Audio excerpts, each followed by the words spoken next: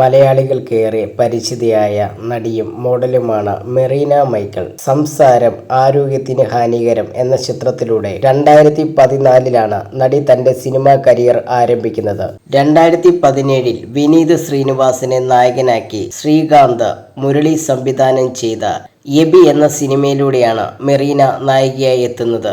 ഒരു നായികയായി മാത്രം സിനിമയിൽ അഭിനയിക്കണമെന്ന അജണ്ടയുള്ള ആളല്ല താനെന്ന് പറയുകയാണ് മെറീന. മൂവി വേൾഡ് മീഡിയയോട് സംസാരിക്കുകയായിരുന്നു മെറീന. എൻ്റെ കരിയറിൽ സത്യം പറഞ്ഞാൽ ഞാനൊരു 30 പടം ചെയ്തിട്ടുണ്ട്. ചെറുതും വലുതുമായിട്ടുള്ള സിനിമകളുടെ ഭാഗമായിട്ടുണ്ട്.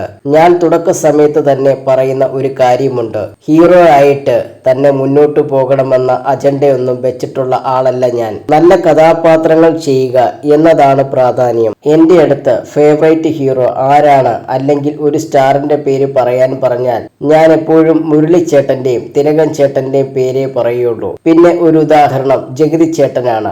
അവരൊക്കെ എല്ലാ ടൈപ്പ് ക്യാരക്ടേഴ്സും ചെയ്യുന്ന ആളുകളാണ്. അത് വളരെ പ്രധാനപ്പെട്ടതാണ്. മാനറിസം ഒക്കെ ഒരു സിനിമയിൽ ഉള്ളതുപോലെ ആയിരിക്കില്ല വേറൊരു സിനിമയിലുള്ളത്, മെറീന പറയുന്നു.